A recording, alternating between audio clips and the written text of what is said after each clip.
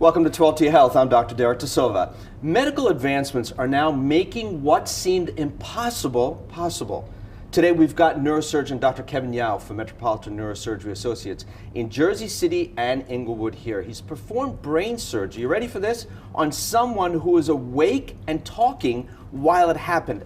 Awake and talking during brain surgery? How did that work? Well, in certain circumstances, it's actually safer to do these kind of surgeries in patients when they're awake, just so that we can monitor their neurologic function. In other words, how their brain is working during the surgery, and the only way to do that is with them awake. So, is it no anesthesia? Do you use hypnosis or acupuncture? I mean, what is it that you do? We actually use anesthesia, but only during the beginning and end of the surgery. But during the most critical portion of the surgery, when we're actually taking out the tumor and taking tumor out from very, very critically functional areas of the brain, then essentially there's minimal anesthesia at all, so the patient really is awake. And we've got some video, and I'd like you to just comment on this very briefly. Yes. Oh, here's the video, and this is obviously the operating room, and I think at some point is she talking? She's talking, she's interacting with us, we're making sure she's comfortable, and most importantly, we're monitoring the function that we're really following most closely. In other words, in this situation, the tumor was located in the part of the brain that controls her left leg and foot, and so intermittently during the surgery, in addition to talking to us, we have her moving her foot and leg so that we can really in real time monitor how that function is working.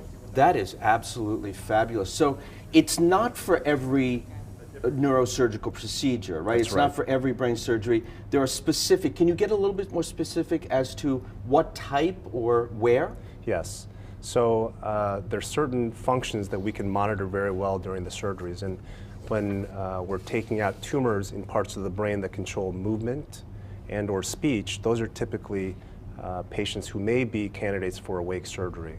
But not all patients can tolerate this, so right. it's a very careful selection process. How long was this procedure, by the way?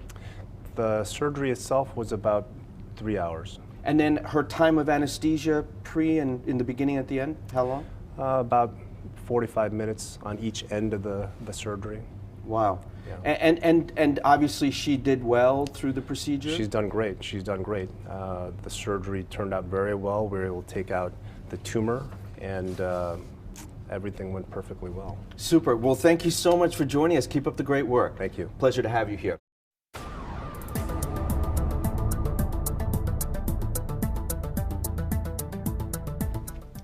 Welcome to 12 to Your Health. I'm Dr. Derek DeSilva. Last week we addressed awake brain surgery, a method that involves a patient being awake during a procedure, a surgical procedure.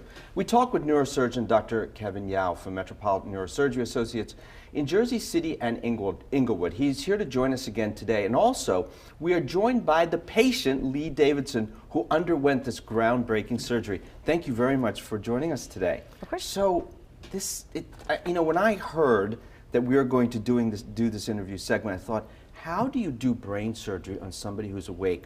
Tell me a little bit about that experience that you underwent. Well, actually being awake, the experience was actually quite positive. I was prepped really well for it. I had a great relationship with Dr. Yao beforehand, and I had a strong relationship with the anesthesiologist that was going to be with me as well. So it was a comforting experience, actually. How were you prepped? I actually sat down with the anesthesiologist and had about a half-an-hour interview or consultation, get to know each other sort of dialogue between she and I.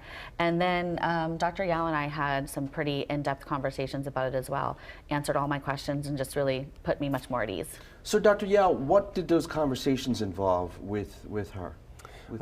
Specifically about the surgery, I just wanted to make Lee as comfortable as possible so that she would know what to expect from the very beginning all the way until the end, so that she wouldn't be surprised or shocked by her surroundings. Now, we have some video that I'd like both of you to comment on, and I don't know, have you seen this video before? I have. Okay.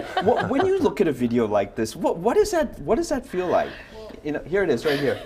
It was a very surreal experience Yeah. to see something of this capacity being done. Part of the being awake, I remember. Part of it, I don't. So Probably a good thing. It was, yeah, it might be a good thing. Yeah. But everything was very comfortable, and it was very reassuring to me to be able to have people that I feel like cared about me, and that I know cared about me from my experiences leading up to the surgery, be there by my side and really take me through it. And Dr. Yao, what kind of a procedure was this? What did she have? She had a craniotomy, which means opening the skull, and then we did awake cortical mapping, in other words, to map out where the function is along the brain, and then we took out the tumor that was affecting her brain.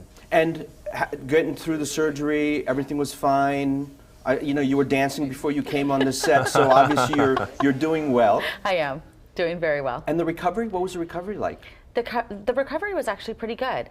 I spent 2 weeks in the hospital after that. I moved on to outpatient physical therapy twice a week, and I went back to work last week full time. No restrictions. How often are we doing this? By the way, this happened in September. Yes. Okay. How often are we doing these type of procedures? We're doing them whenever we need to. In other words, if patients have tumors in critically located parts of the brain, then we do these. And I thank you both for being here. And way to go. Thank you. Okay, stay there. Don't start dancing off the set Don't yet. worry. Okay. All right. Very good. Thanks again for joining us. And folks, here's a look at what's coming up tomorrow. Remember, you can catch 12T Health every Saturday and Sunday at 15 minutes past the hour, starting at 6 a.m.